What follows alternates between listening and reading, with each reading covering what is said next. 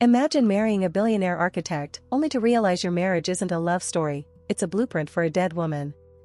Welcome back to the Backseat Redditor. My billionaire husband is carving me into a ghost. They say the price of luxury is always paid in blood, but when Julian proposed to me at the top of the Eiffel Tower with a ring that cost more than my childhood home, I was too blinded by the sparkle to see the stains. My name is Maya, and for the last 6 months, I've been living in a glass and steel fortress in the Hamptons, married to a man who is as brilliant as he is cold. Julian is a high-profile architect, a man who builds skyscrapers and lives for symmetry, which is why I should have been terrified when he handed me a 50-page prenuptial agreement on our wedding night that felt more like a script than a legal document. He told me it was just standard protection for his empire, but as the months passed, the lifestyle maintenance protocol in that contract started to feel like a noose. It wasn't just about the money. It dictated my weight, the length of my hair, the exact shade of crimson I had to wear on my lips whenever we were in public, and even the frequency of our intimate encounters, which Julian treated less like a celebration of love and more like a mandatory structural inspection. The house itself, a cold masterpiece of obsidian and light, felt like it was breathing with him, its smart systems tracking my movement from the moment I woke up in our silk-draped bed to the moment I retired to the kitchen for my approved morning shake. At first, I thought his possessiveness was just a symptom of his intense love, a dark edge to the raw, explosive passion we shared in the shadows where he would mark my skin like he was claiming a territory, but the romance began to rot when I realized I was being curated like an exhibit. The first crack appeared when I found the burner phone hidden in the velvet lining of his gym bag, filled not with messages to a mistress, but with thousands of photos of me, each one timestamped and annotated with notes like subject's posture failing at gala, caloric intake exceeded by 200, or the most chilling one, graft acceptance at 74%. I wasn't looking for a betrayal of the heart, but what I found was a betrayal of my very existence. Julian wasn't in love with Maya, he was in love with a ghost named Sarah, his first wife who had supposedly died in a tragic car accident 7 years ago. As I dug deeper into the hidden files on his private server, bypassing the encryption I'd learned from my years in tech before he forced me to quit, I realized that every detail of my life, the way I tilted my head, the perfume I wore, the specific way I was taught to laugh, was a recreation of a dead woman. The vitamins he insisted I take every morning weren't for my health, they were low-dose sedatives mixed with hormonal suppressants designed to keep my temperament compliant and my body slowly shifting towards Sarah's exact measurements. The crisis reached its breaking point when I received a call that my mother had been hospitalized back in Ohio and I tried to leave the estate, only for Julian to calmly block the door, his eyes like 2 chips of gray ice. He didn't raise his voice, he simply reminded me of Clause 14.b of our contract, which stated that any unauthorized departure would result in the immediate legal seizure of my mother's healthcare fund, which Julian had secretly taken over months ago. He stood there, smelling of expensive cedarwood and power, explaining that I was his highest valued asset and that he couldn't allow me to depreciate by leaving his sight. That night, the bedroom became a battlefield of forced intimacy, where he used his touch to remind me that he owned every curve of my body, his hands tracing the lines of my face as if he were imagining a different set of features beneath my skin. I lay awake long after he fell into his disciplined sleep, the blue light of the security cameras blinking like a mocking heartbeat on the ceiling, realizing that phase 2 of his project was about to begin. I found the surgical brochures hidden in his office desk, detailed diagrams of my face with red lines marking where he intended to have a surgeon refine me to match Sarah's portrait perfectly. I wasn't just being replaced, I was being erased, carved into a monument for a woman who might not have even died by accident. I looked at the heavy glass decanter on the nightstand, my fingers itching to shatter it and use the shards to cut my way out of this gilded nightmare, but I knew I couldn't just run. I had to become the very thing he feared, a masterpiece that could think for itself. If Julian wanted a ghost, I would give him a haunting he would never forget, but first, I had to find out what really happened on that dark road 7 years ago. As I crept out of bed and into the cold hallway, the house groaned as if warning its master that the subject was off script, but I didn't care anymore. I had spent 6 months being his reflection, it was time for him to see what happens when the mirror finally breaks. The cold marble of the hallway floor bit into my soles like a warning, but the adrenaline coursing through my veins was a more potent anesthetic than any sedative Julian had forced down my throat, driving me toward the one place I was strictly forbidden from entering, the subterranean archive located beneath the obsidian-floored gym. As I bypassed the biometric sensor using a severed silicone mold of Julian's thumb I'd spent weeks painstakingly crafting from his impressions on crystal Scotch glasses, the heavy steel door hissed open to reveal a room that didn't look like an office, but a mausoleum of obsession, filled with floor-to-ceiling glass cases containing Sarah's dresses, her jewelry, and even the half-finished bottle of perfume she'd used on the day she supposedly died. The air was sterile, chilled to a precise temperature to prevent the decay of her memory, and as I moved deeper into the blue-lit gloom, I found a restoration ledger, a thick, leather-bound book where Julian had documented every failed attempt at recreating his dead wife before he found me. My breath hitched as I flipped through pages of photos featuring women who looked eerily like me, their faces marked with surgical ink, their eyes filled with the same hollow terror I felt every time Julian looked at me, each one labeled with a date of disposal when their psyche inevitably shattered under his pressure. In the back of the ledger, tucked into a hidden compartment, was Sarah's private diary, its pages yellowed and smelling of the same jasmine scent Julian forced me to wear, and as I read her frantic, jagged handwriting, the perfect image of their marriage evaporated into a cloud of toxic ash. Sarah wasn't the devoted swan Julian painted her to be, she was a woman who had been planning to burn his empire to the ground, an architect herself who had discovered that Julian's skyscrapers were built on a foundation of embezzled funds and structural shortcuts that had cost lives in the Bronx years ago. "He isn't fixing me," she had written in her final entry, "he's erasing the only person who knows that his masterpieces are built on blood. The car accident isn't a fear, it's his exit strategy." I realized with a jolt of pure ice that the car accident hadn't been an accident at all. It was a failed attempt at a final correction when Sarah tried to flee to the authorities, and now, I was walking the exact same path toward a cliff I couldn't see. Suddenly, the lights in the archive surged to a blinding white, and the sound of Julian's custom-made Italian loafers clicked against the floor with a rhythmic, predatory precision that made my heart hammer against my ribs like a trapped bird. I didn't have time to hide the diary before he was there, standing in the doorway with his silk robe half open, his chest heaving not with exertion, but with a dark, simmering rage that made him look more like a god of war than a husband. He didn't scream, he never did. He simply walked toward me, his hand reaching out to stroke my hair with a terrifying tenderness that felt like a prelude to a strangulation, his voice a low, vibrating baritone as he whispered that he was disappointed I'd found the drafts before the final edition was ready. He took the diary from my shaking hands and tossed it into a nearby shredder without a second thought, then pulled me flush against his hard, tailored frame, his grip on my waist so tight it left bruises that would turn purple by morning, reminding me that every inch of my body was a property he was currently renovating. The intimacy that followed was a visceral, dark battle of wills in the center of that cold mausoleum, a 18+ display of raw, possessive power where he used his mouth and his hands to reclaim the territory he felt I was trying to steal back from him, forcing me to look at the photos of the failed women while he claimed that I was different, that I was the only one with the structural integrity to survive the final transformation. Phase 2 is no longer a suggestion, Maya, he rasped against my neck, his teeth grazing the pulse point he knew made me weak. The surgeon is arriving tomorrow morning at 6 a.m., and by the time you wake up from the anesthesia, the girl from Ohio will be a ghost, and my masterpiece will be complete. He led me back upstairs, his hand locked around my wrist like a shackle, and as he locked the bedroom door from the outside and sat at his monitor to watch me through the night, I realized the crisis had moved beyond a failing marriage and into a fight for my very soul. I looked at the security camera's unblinking red eye and felt a jagged, dark romance with the idea of my own destruction, knowing that if I couldn't find a way to use Julian's obsession against him, I would become just another glass case in the basement. I had 5 hours before the scalpel touched my skin, 5 hours to contact the man who had been sending me encrypted messages on the burner phone, a man who claimed to be the disposed subject for who had survived Julian's madness and was waiting in the shadows of the Hamptons with a canister of gasoline and a heart full of revenge. The clinical scent of antiseptic began to drift through the ventilation system at exactly 5:15 a.m., a cold, chemical herald of the butcher Julian had hired to finalize my erasure, and as I heard the distant, muffled sound of a helicopter landing on the estate's private pad, I knew the Phase 2 surgical team had arrived to turn my face into a tomb for a dead woman.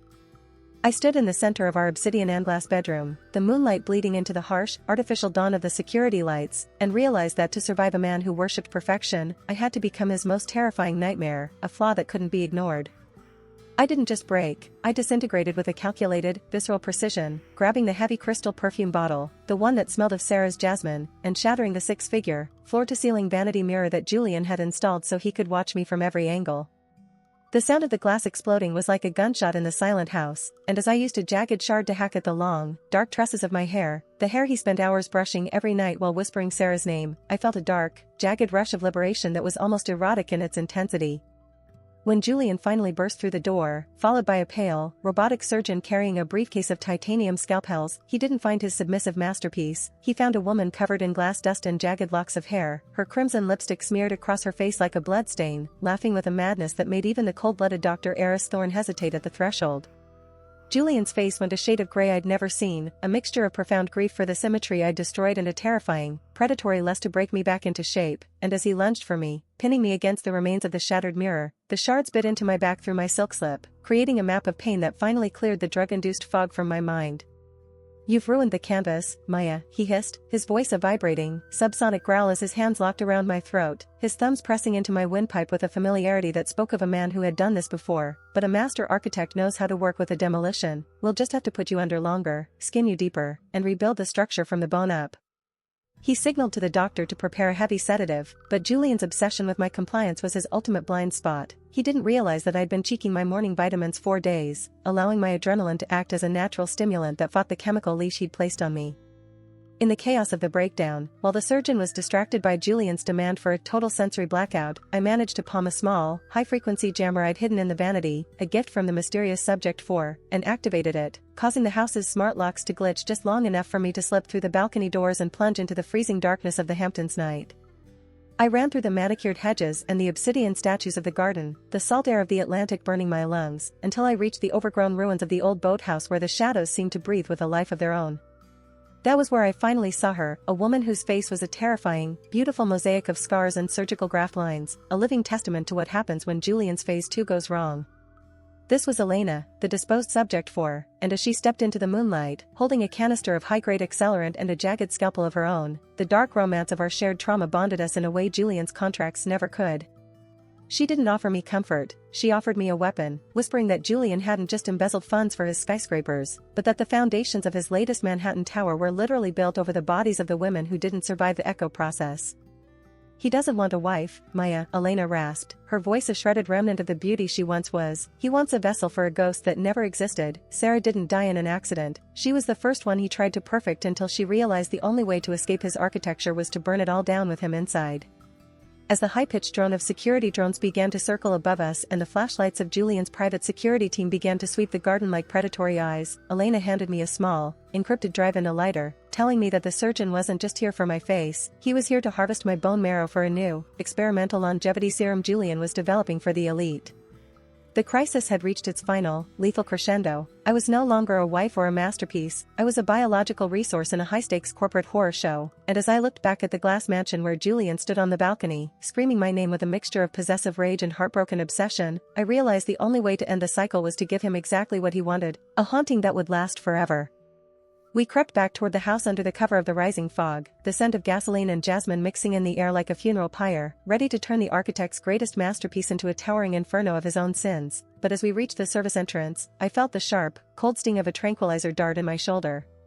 My vision began to blur into a deep, sapphire blue, and the last thing I saw was Julian's polished loafers standing over me, his hand reaching down to claim his property one last time as he whispered that the surgery wouldn't be delayed any longer. The final, suffocating silence of the core, Julian's subterranean surgical theater, was broken only by the rhythmic, taunting hiss of the anesthesia machine and the hyper-vivid sound of my own heartbeat thundering in my ears like a drum of war, because while the tranquilizer had paralyzed my limbs, the blue shard resistance I'd built up meant my consciousness was screamingly, agonizingly awake. I lay strapped to the cold, titanium operating table, my face prepped with orange iodine and marked with a grid of fine blue lines that Julian had drawn himself, his hand steady as an architect's as he traced the new topography of my soul, while Dr. Eris Thorne stood at the periphery, checking the sharpness of a laser scalpel that was meant to slice away Maya and reveal the ghost of Sarah beneath. Julian leaned over me, his face a mask of divine, terrifying obsession, his thumb grazing my cheek one last time as he whispered that the pain was merely the friction of a masterpiece being born and that by the time the sun set over the Atlantic, I would finally be home in a skin that didn't rebel against his gaze. I wanted to scream, to bite his fingers, to tell him that the smell of jasmine he loved was currently being replaced by the acrid, chemical scent of high-grade gasoline drifting through the vents from the garden above, but I was a prisoner in a body of lead, watching through the reflection in the surgical lamp as the first plume of black smoke began to curl into the sterile white room. That was when the emergency klaxons began to wail, a dissonant, jagged sound that shattered Julian's clinical serenity, and through the glass observation window, I saw the first orange lick of flame erupting in the hallway. Elena, my scarred sister in trauma, had followed through on her promise to burn the architecture of our misery to the ground. In the chaos, as the surgeon panicked and Julian's security detail shouted through the intercom about a structural compromise in the foundations, I felt the paralysis begin to break, a jagged spark of adrenaline cutting through the sedative like a hot wire through silk. Julian didn't run for the exit, his madness was too deep for self-preservation, and instead, he grabbed the scalpel from the tray, his eyes wild with the realization that his masterpiece was about to be lost to the fire, his grip on my shoulder turning from a caress into a vice as he growled that if he couldn't keep me perfect, he would at least keep me forever. The first cut was a thin, stinging line across my temple, a mark of ownership, but that was as far as he got before the core's heavy steel door was blasted off its hinges by the pressurized heat of the fire, and Elena stepped through the wall of smoke, looking like a vengeful spirit of the very women Julian had discarded, her disfigured face illuminated by the beautiful, roaring orange light of the mansion's destruction. The confrontation was visceral and primal, a dark romance of blood and ash, as Julian lunged at her with the surgical blade, his tailored suit catching fire, while I rolled off the table, the straps tearing at my skin, and grabbed a heavy canister of pressurized oxygen to use as a club. I didn't see a husband anymore. I saw a parasite who had fed on the beauty of 5 different women to sustain his own ego, and as I swung the canister with every ounce of my remaining strength, shattering the glass console that controlled the house's echo archives, the screams of the digital ghosts filled the room in a distorted, electronic chorus. The floor beneath us began to groan, the shortcuts Julian had taken in the construction of his own home were finally failing, and as the obsidian tiles cracked open, I saw the true horror hidden in the foundations, the white, bleached remains of the women who hadn't survived Phase 2, their bones literally supporting the luxury he had forced me to live in. Julian fell toward the chasm, his hand reaching out for me not in an apology, but in a final, desperate attempt to drag his highest valued asset into the dark with him, his voice a pathetic, broken rasp as he called me Sarah one last time. I looked at the lighter Elena had given me, the jasmine-scented diary of the real Sarah clutched in my other hand, and realized that Julian didn't love anyone, he loved the control, the architecture of the lie, and as I dropped the flame into the pool of accelerant at his feet, the explosion of heat sent us all flying backward into the freezing salt spray of the Atlantic as the mansion finally collapsed into the sea. I woke up on the rocky shoreline of the Hamptons, the sky a bruised purple and gray, the fire still burning on the water where the debris of the masterpiece floated like charred ribs, and beside me stood Elena, her scars red and raw but her eyes finally clear of the shadow. We didn't talk about what we'd lost, we talked about who we were going to become, realizing that the Maya who walked into that house was dead, and the Sarah Julian wanted never existed, leaving us as blank canvases in a world that didn't have blueprints for us yet. I looked at my reflection in a shard of glass washed up on the sand, my hair was a jagged mess, my face was marked with iodine and blood, and I had never been more beautiful, because for the first time in my life, I wasn't a reflection of a man's desire, I was the fire that had survived the architect. We vanished into the morning fog before the first sirens reached the cliffside, leaving behind a diary that would reveal every embezzled cent and every buried body, ensuring that Julian Vance's name would be remembered not as a visionary, but as a monster who tried to carve the world in his image and was consumed by the very flaws he tried to erase. The relationship was over, the crisis was resolved in ash, and as I took my first breath of air that didn't smell like jasmine, I realized that the greatest romance of all wasn't with a billionaire or a ghost, but with the version of myself that was finally, dangerously free. Julian wanted a ghost, but he got a haunting he couldn't survive. Do you think Maya and Elena are truly free, or is Julian's archive still in their heads? Let me know your thoughts on that final twist in the comments, I read every single one. If you want more stories that bridge the gap between luxury and nightmare, make sure to hit that subscribe button to join the Backseat Redditor. See you in the next one.